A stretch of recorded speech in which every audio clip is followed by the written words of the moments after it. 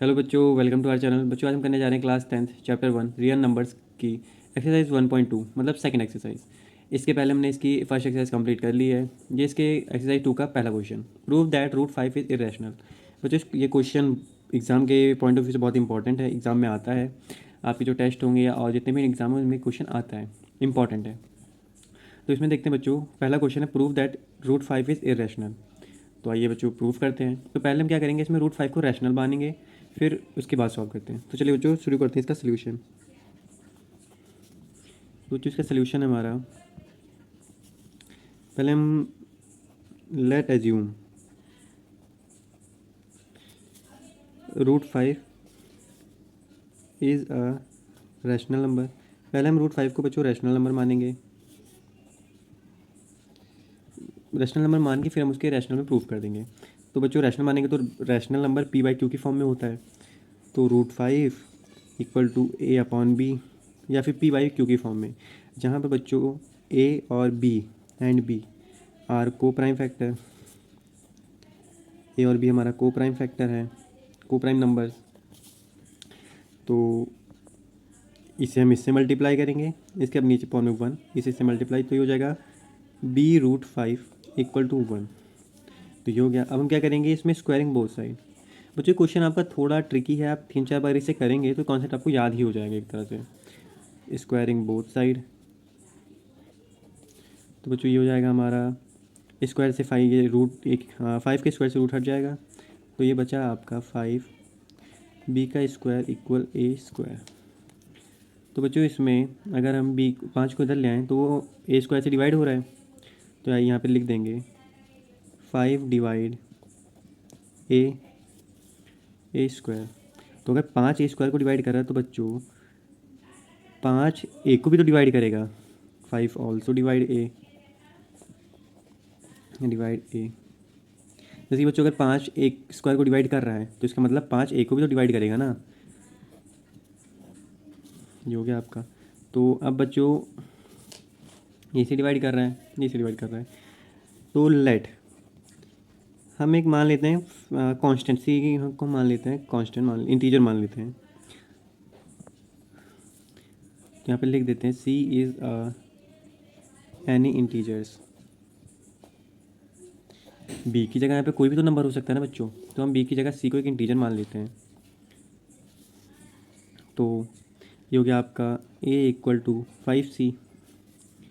ये बच्चों हो गया आपका इक्वेशन 2, ये हो गया आपका इक्वेशन 1। तो ए इक्वल टू 5C में इसे हम इक्वेशन नंबर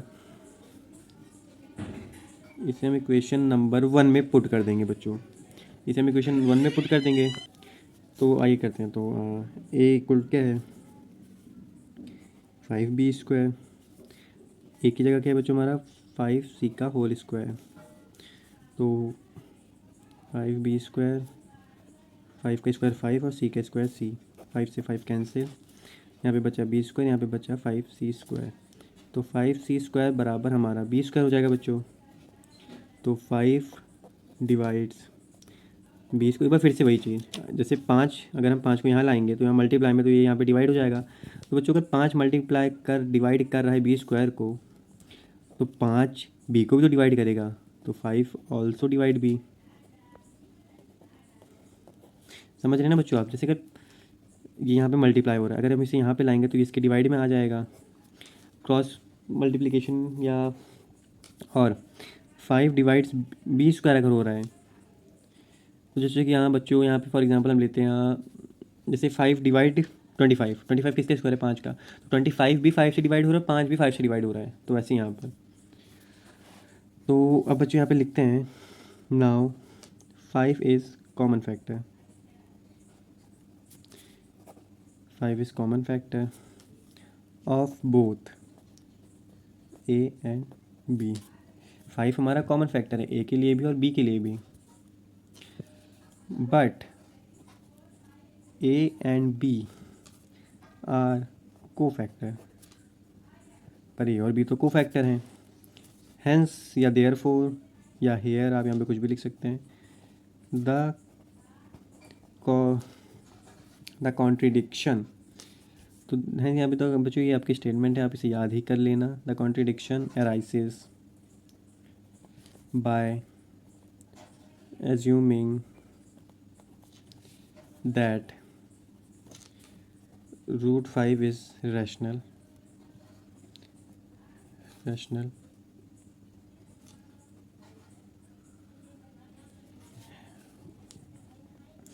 तो बच्चों अगर हमने रैशनल माना तो रैशनल नहीं है हमारा, तो हैंस √5 इज इरेशनल, क्योंकि बच्चों पी वाई तो फॉर्म में है ही नहीं। तो इसी के साथ हमारा बच्चों ये आंसर प्रूव्ड होता है, एच पी हैंस प्रूव्ड।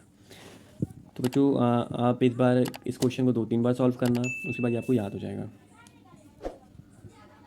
सो चलिए बच्चों करते हैं क्वेश्चन नंबर 2। तो बच्चों अगर आपने क्वेश्चन 1 को अच्छे से समझ लिया है, कर लिया 3-4 बार, तो आप इस क्वेश्चन को भी बहुत अच्छे से कर लेंगे। इसमें हमें करना कुछ नहीं है, बस क्वेश्चन 1 की तरह इसमें भी हमें लिख देना है लेट एज्यूम। इसे हमें फिर से रैशनल मान लेना है बच्चों। 3 + 2 √5 इज़ अ रैशनल नंबर। तो ऑल्सो 3 + 2 √5 को हम a/b की फॉर्म में या p/p/q की फॉर्म में लिख लेंगे बच्चों। तो ये हो गया हमारा a/b, जहाँ पर a and b are integers, पर b is not equal to 0, पर b 0 के बराबर नहीं है। क्यों हमारा 0 के बराबर नहीं है? तो बच्चों √5 रूट वाली वैल्यू को यहाँ पर छोड़ के सबको इस तरफ भेज दो, क्योंकि रूट तो हमारा ऑलरेडी इरेशनल है, जो हमें पता है कि इरेशनल है, उसे इधर छोड़ कर इन सबको इधर भेज दो। तो बच्चों 3 को पहले हम इधर भेजते हैं, तो 2√5 इक्वल टू a/b इधर 3 प्लस में था तो इधर हो जाएगा माइनस में। अब 2 को इधर भेजते हैं, तो √5 इक्वल टू 1/2, क्योंकि 2 यहाँ पे डिवाइड में आएगा तो मैं इसे बाहर लिख रहा हूँ 1/2 a/b -3। उसके बाद बच्चों √5 है, अब इस 2 को सबसे मल्टीप्लाई करते हैं, तो a/2b -3/2। तो जैसे कि बच्चों हम जानते हैं, वी नो कि a/b is rational number. a/b तो एक रैशनल नंबर है। a/b बच्चों मैं आपको फिर से बता रहा हूँ, a/b को हम p/q की फॉर्म में भी लिख सकते हैं, तो जहाँ पे q is not equal to 0 होता है। बुक में हमें ये वाला एग्जांपल दिया, बट आप इससे भी कर सकते हो, कोई दिक्कत नहीं है। आइए क्वेश्चन की तरफ चलते हैं। तो a भी अगर रैशनल है तो बच्चों a इक्वल टू 2b, ये वाली चीज़ भी तो ये रैशनल ही हुई, ऑल इज ऑल्सो रैशनल।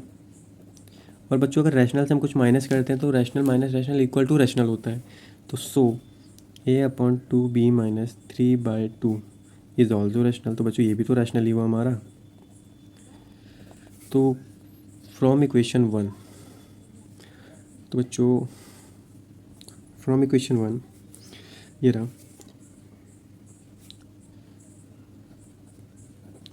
हम सब जानते हैं बच्चों, वी नो दैट कि √5 कि बच्चों √5 हमारा इरेशनल है। ये सब तो सबको पता है कि रूट वाली वैल्यू इरेशनल होती है बच्चों, क्योंकि फॉर्म में नहीं लिखा जा सकता। तो यहाँ पे एक स्टेटमेंट पिछले क्वेश्चन की तरह आपको ये याद ही कर लो बच्चों आप। The contradiction